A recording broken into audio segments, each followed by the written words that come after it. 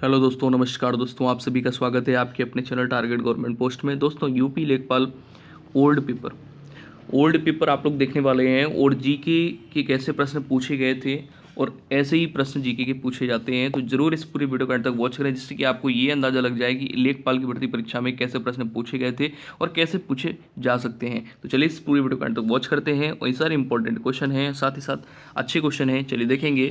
और अगर अभी तक आप लोग नहीं जुड़े तो नीचे रेड कलर की सब्सक्राइब बटन दबा कर बगल में देखिए बेल आइकन को जरूर प्रेस करें, जिससे कि आने वाले सारे वीडियोस लेटेस्ट नोटिफिकेशन आपको समय से मिलते रहें। चलिए देखेंगे भाई, 7 नंबर क्वेश्चन यहाँ पर कह रहा है कि अशोक के आक्रमण के दौरान कलिंग पूर्वी प्रांत की राजधानी कौन सी थी। दोस्तों, अशोक के आक्रमण के दौरान कलिंग यानी पूर्वी प्रांत की जो राजधानी थी वो आपको बताना है तक्षशिला थी, पाटलिपुत्र है या उज्जैन या तोसाली। तो यहाँ पर आपका राइट आंसर हो जाता है ऑप्शन नंबर डी, तोसाली। अब तोसाली तो थी, लेकिन इसके बारे में थोड़ी सी जानकारी और ले लेते हैं। जैसा कि हम लोग बात करेंगे कि अशोक के आक्रमण के दौरान कलिंग पूर्वी प्रांत की जो राजधानी थी वो तोसाली थी। ठीक है, तोसाली या कह सकते हैं तोसाली, ठीक है। कहीं तोसाली दिया है, कहीं तोसली दिया है, ठीक है। तो अशोक ने अपने राज्याभिषेक के 8 वर्ष बाद 9वें वर्ष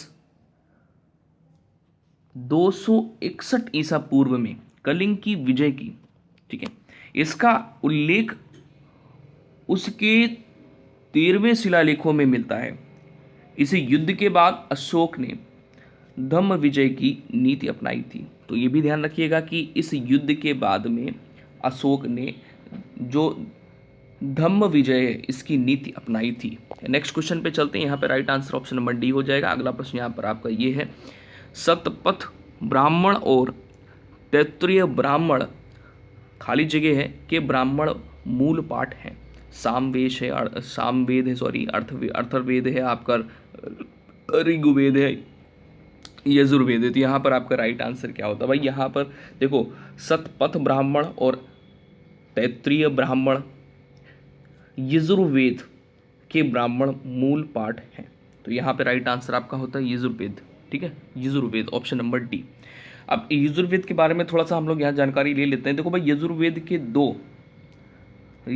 की दो शाखाएं हैं। ठीक है, यजुर्वेद की दो शाखाएं, जैसे आपका कृष्ण यजुर्वेद तथा शुल्क यजुर्वेद। तो सतपथ ब्राह्मण शुल्क यजुर्वेद से तथा तैत्तिरीय ब्राह्मण कृष्ण यजुर्वेद से संबंधित है। ठीक है, चलिए अगले प्रश्न में चलते हैं। देखिए, जानकारी बहुत जरूरी होती है, जानकारी अगर नहीं है तो फिर मजा नहीं आता क्वेश्चन में। चलिए, वृहत सांची स्फूत किस काल से संबंधित है?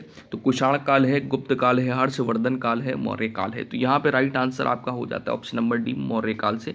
जो वृहत सांची स्फूत की बात की जा रही है तो ये आपका मौर्य काल से संबंधित है। अब यहाँ पर ये भी बात करेंगे कि इसका जो निर्माण है ये कितने बीसी में हुआ था। ये आपका 300 बीसी में हुआ था। ठीक है, यानी वृहत सांची स्फूत का जो निर्माण है सम्राट अशोक ने करवाया था। ये भी आपको जानकारी होनी चाहिए। साथ ही साथ ये 300 बीसी में हुआ था। सांची जो है ये मध्य प्रदेश की राजधानी भोपाल में स्थित है। ठीक है, चलिए अगले प्रश्न में चलते हैं। उम्मीद है आपको ये प्रश्न से कई जानकारियां मिल गई होंगी। 10 नंबर प्रश्न है और यहाँ पर कह रहा है, सिंचाई के लिए 16 मील लंबी चोल झील का निर्माण इनमें से किस चोल शासक ने करवाया था? अच्छा, ये प्रश्न इस प्रकार से भी पूछा था कि चोल शासक कौन था। ठीक है, चलो भाई, तो यहाँ पर 10 नंबर प्रश्न में आपका राइट आंसर हो जाता है ऑप्शन नंबर बी, राजेंद्र प्रथम। सिंचाई के लिए 16 मीटर लंबी चोल झील का निर्माण राजेंद्र प्रथम ने किया था। ठीक है, तो ये आपका यहाँ पर कंप्लीट होता है प्रश्न। अगले प्रश्न में चलते हैं। अगला प्रश्न आपका 11 नंबर है, कह रहा है मनुष्य जीवन का सर्वोत्तम ध्येय है कैवल्य, जिसका अर्थ है। तो यहाँ पर आपको राइट आंसर देना है। सारे बहुत ही इंपॉर्टेंट क्वेश्चन है, लीव मत करिएगा, क्योंकि सारे इंपॉर्टेंट क्वेश्चन है, देखने बहुत ज़रूरी हैं, रिपीट भी होते हैं क्वेश्चन। UPSSC आयोग आपका पेपर कराएगा, तो बहुत ज़रूरी है देखना पूरा वीडियो। ठीक है, मनुष्य जीवन का सर्वोत्तम ध्येय है केवल, जिसका अर्थ है। तो यहाँ पे देखिए हो जाता है इच्छाओं पर विजय प्राप्त करना। ठीक है, कैवल्य का जो अर्थ है वो है इच्छाओं पर विजय प्राप्त करना। जैन धर्म के अनुसार जब व्यक्ति ज्ञान प्राप्त के दौरान अपनी इच्छाओं पर विजय प्राप्त कर लेता है तो उसे कैवल्य कहते हैं। क्लियर है। नेक्स्ट आते हैं 12 नंबर प्रश्न में। यहाँ पर कह रहा है नागार्जुन कौन थे।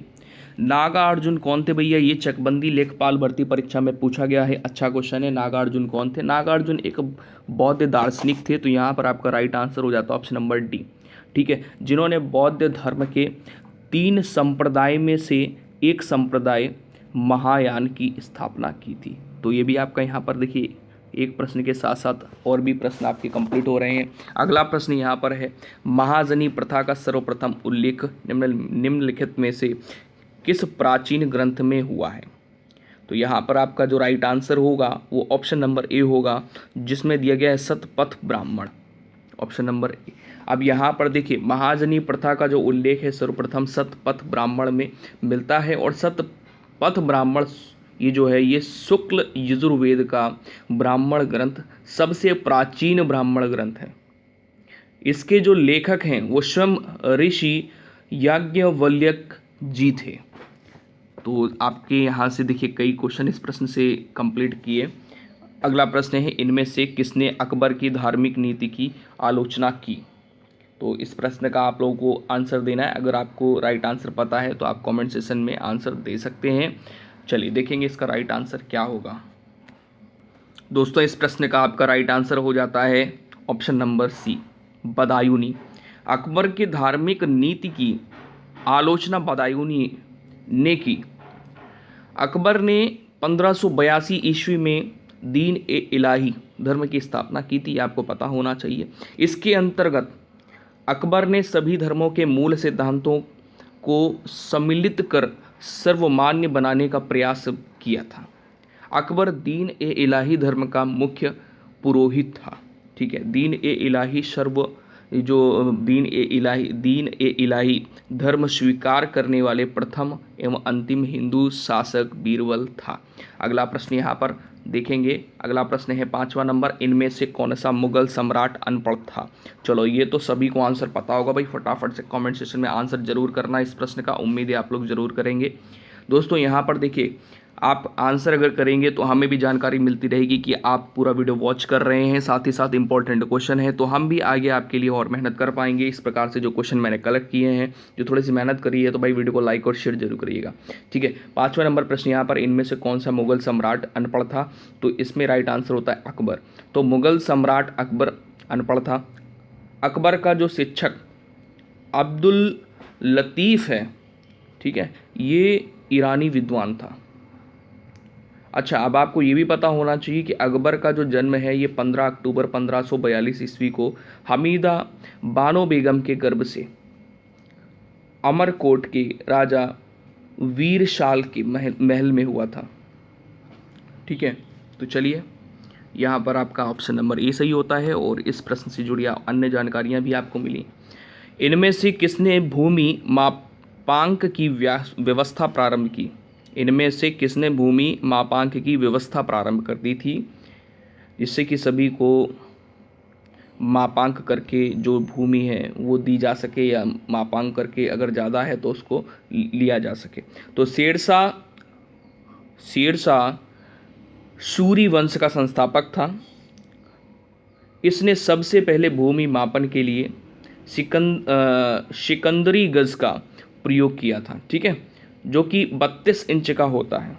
अब सिकंदरी गज आपको ध्यान रखना कि 32 इंच का होता है ये। ठीक है, तथा सन की डंडी का भी प्रयोग इन्होंने किया था। तो यहाँ पर राइट आंसर होता है शेरशाह ये शासक। ठीक है, अगला प्रश्न यहाँ पर 9 नंबर है। 9 का राइट आंसर यहाँ पर क्या होगा, सभी को राइट आंसर देना है भाई फटाफट से। ब्रिटिश शासन को भारत से उखाड़ फेंकने के लिए इनमें से किसने फ्रांसीसियों की मदद मांगी थी। चलिए बताएंगे यहाँ पर राइट आंसर आपका क्या होने वाला है भाई। देखिए, टीपू सुल्तान ने फ्रांस की क्रांति में रुचि दिखाई। ठीक है, तो आपको यहाँ पे ये आंसर देना है। देखो टीपू सुल्तान तो ये है, यहाँ पर देखो इसने क्या किया कि टीपू सुल्तान ने फ्रांस की क्रांति में रुचि दिखाई।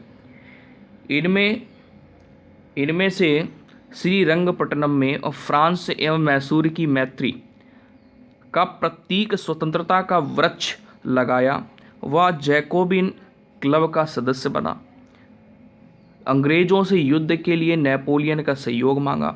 तो ये यहाँ पे राइट आंसर होता है ऑप्शन नंबर डी, क्योंकि ब्रिटिश शासन को भारत से उखाड़ फेंकने के लिए टीपू सुल्तान फ्रांसीसियों से मदद मांगी थी। टीपू सुल्तान ने फ्रांसीसियों से मदद मांगी थी।